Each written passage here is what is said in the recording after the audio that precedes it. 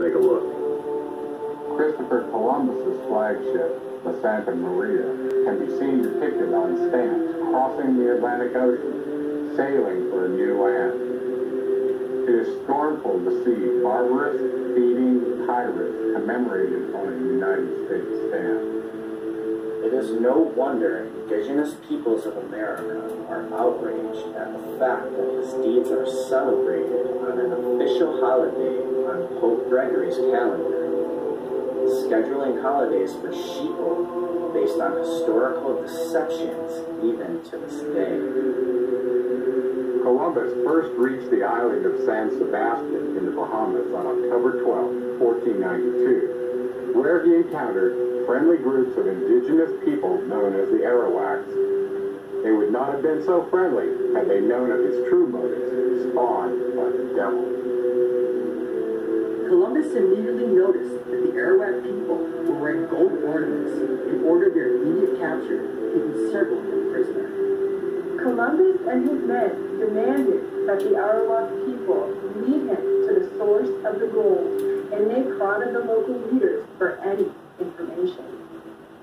Columbus wrote this in his journal about the Arawak people on October 12, 1492. Many of the men I have seen have scars on their bodies. When I made signs to them to find out how this happened, they indicated that people from other nearby islands come to San Salvador to capture them. They defend themselves the best they can. I believe that people from the mainland come here to take them as slaves. They ought to make good and skilled servants, for they repeat very quickly whatever we say to them. I think they can very easily be made Christians, for they seem to have no religion. I could conquer the whole of them with 50 men and govern them as I please. Columbus's attitude was essential to the domineering culture that arose, necessitating fortified living conditions for others, according to Professor Diamond, author of the Pulitzer Prize-winning book, Guns, Germs, and Steel. Is this not the same commissioning-styled event in history that occurred in biblical times as Yahweh Enlil sent the offspring of Abraham to conduct genocide in Moab? Here we see the origins of a domineering conquistador culture willing to murder, rape, and plunder any foreigner that is unwary of their destructive and dark aims, symbolized by the carnivorous eagle and lion.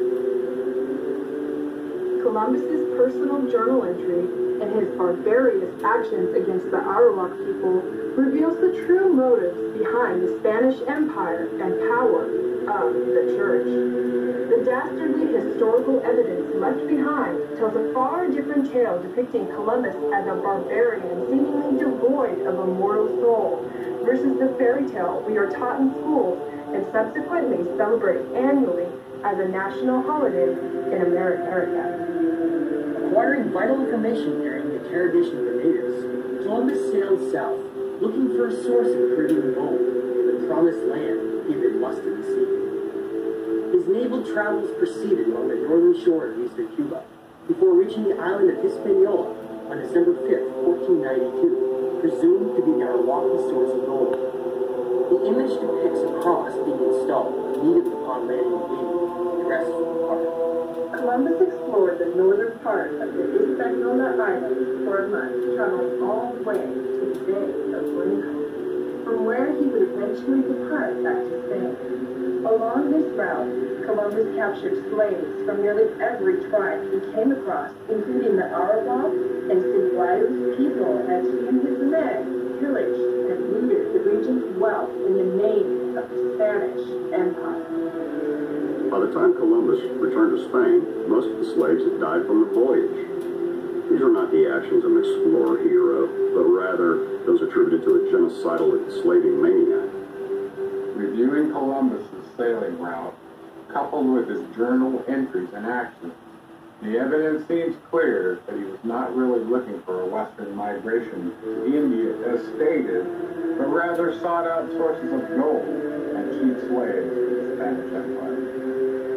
Think of all the countless cultures that were subsequently lost in this region due to the slave trade that Columbus helped establish. Following the evidence, the real story of history is often overlaid with shades of gray. This story is soaked in blood, conquest, and indigenous population extortion and subjugation. Expansion from Columbus led to the furthering of the Spanish conquest of the lands of the eastern United States years later.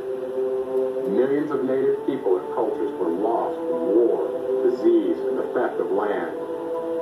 This marked the beginning of a destructive conquest of the entire region known as America by the great eagle of the church. With Spain's sights set on fully conquering Columbus's gold-laden lands, they focused a new front west of Cuba in Mexico. Spain desperately needed another barbarous explorer and sailor, for they knew that this was a hostile occupied land with great wealth, especially gold. The Church of Spain recruited a man named Hernando Cortez, who originated from the Medellin region. Hernando Cortez was described as a pale, sickly child. He was a little different than the others. Cortez had trouble concentrating in school, and at the age of 16, he left home and wandered the south ports of Spain, becoming consumed by the tales from sailors speaking of gold, Indians, and lands far to the west.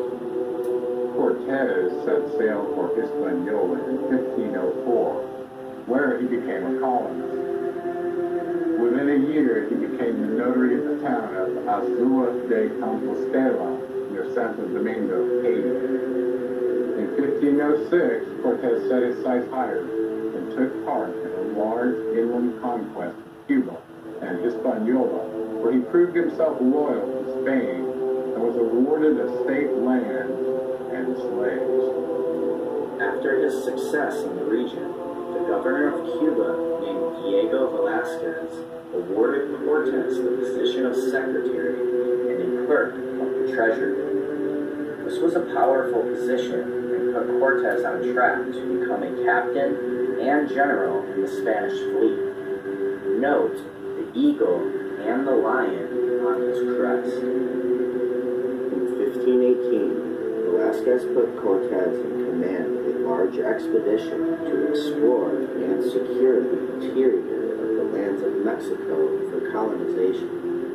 Cortez sails to the southern tip of Cuba and arrives in Veracruz, Mexico in the year 1519. Cortez travels inland from Veracruz, Mexico, and after 6 months of negotiating, meets with the leader of the Aztec people, who is Moctezuma I in Tenochtitlan. Cortez arrives in Mexico precisely the year one Reed, the same year that the ancient plumed serpent god was born and later vowed to return. What did the Spanish Empire and the Church really know about this prophecy and the truth behind it? Was Cortez pretending to be the returning god, Quetzalcoatl, in order to trick the Aztec people to let their guard down? Cortez saw the power of the Aztec Empire and Montezuma adorned with gold and precious stones, and with greed-driven motives sought to find out where more gold and treasures may be hidden. As Montezuma led Cortez and his forces through the city of Tenochtitlan, Cortez became alarmed at the number of warriors present, fearing for their lives. Cortez and his men acted swiftly, taking Montezuma prisoner. During the night, Cortez tried to convert Montezuma to Catholicism, but the Aztec emperor kindly refused. Cortez demanded all the gold and wealth the Aztec possessed as ransom for Montezuma's immediate release. Montezuma's power and authority was lost as fights and skirmishes began erupting in the capital city. Upon receiving the stated ransom, Montezuma returned to Tenochtitlan, only to be killed by Cortez anyway. Cortez developed an elaborate plan, combining forces with the rival clan of the Aztec, known as the Tlaxcala people, where they lay siege to the city of Tenochtitlan for 75 days. Cortez and his men managed to block off the important causeways leading into the city and killed anyone who tried to pass. Cortez effectively cut off the food and water supply to the city of Tenochtitlan for months, causing severe famine and plague to the people. This barbaric act of war led to over 200,000 Aztec people perishing, with half of the deaths being civilians, primarily women and children. With the Aztecs sick and dying, Cortez storms the capital of Tenochtitlan, leveling it to the ground and pillaging all the wealth of the city. The Aztecs surrendered to Cortez on August 13, 1521, only 2 years into his campaign. But how could only a few hundred men manage to topple an enormous empire? The answer lies in the precise arrival of Cortez, as well as their collaboration with the Aztec rival tribe, the Tlaxcala people. Apart from this collaboration, Cortez would never have been successful in toppling the Aztec Empire. The Tlaxcala culture had been oppressed by the Aztec for hundreds of years and were therefore eager for revenge. This strategic alliance led to the collapse of the entire Aztec Empire at the capital, Tenochtitlan. This early painting portrays the Spanish and Tlaxcala joining forces. How many countless writings and relics were lost to these barbaric conquests? The conquering of the Aztec by the Spanish Empire greatly expanded their lands and wealth, but they did not find the large amounts of gold that they had been looking for. The real question was, where was the gold coming from possessed by the Aztec? Spain and the church knew that a significant source of gold to the Americas must be coming from further south. After conquering the indigenous cultures of both North and Central America, Spain next set its eagle sights on conquering the Great Inca Empire. Could Peru be the source for the god Amaru's gold, land of the Blue Serpent? The Andes Mountains are the longest continental range in the world, spanning over 4,000 miles, forming the western boundary of South America. The Andes extend from Venezuela in the north all the way to the southern tip of Chile in the south, with heights reaching almost 23,000 feet. This rugged natural north-south mountain barrier was an insurmountable impediment to many early South American explorers. From the deep rainforest of the Amazon to the snow-capped ridges and glaciers of the Andes, the mighty Inca Empire spanned an enormous territory and influenced thousands of people. At its height, it was one of the largest empires in the world. Modern scholars trace the Incan culture back to the Peruvian highlands in the early 13th century, but new evidence shows they may be far older than that. The Incan culture possessed in-depth knowledge of monolithic temple building, advanced writing, metallurgy, and road building. The famous Inca Road stretches for an astounding 25,000 miles, traverses the seemingly impossible terrain of the Andes Mountains, reaching heights of over 16,000 feet. Even today, the road can be traveled with ease and shows remarkable craftsmanship and skill. Most important megalithic sites from Peru to Bolivia are found along the Inca Road. Many questions still arise about who actually built these ruins and elaborate road systems, as well as their true age. Who really built these structures, and could they have been linked to ancient Anunnaki bloodlines that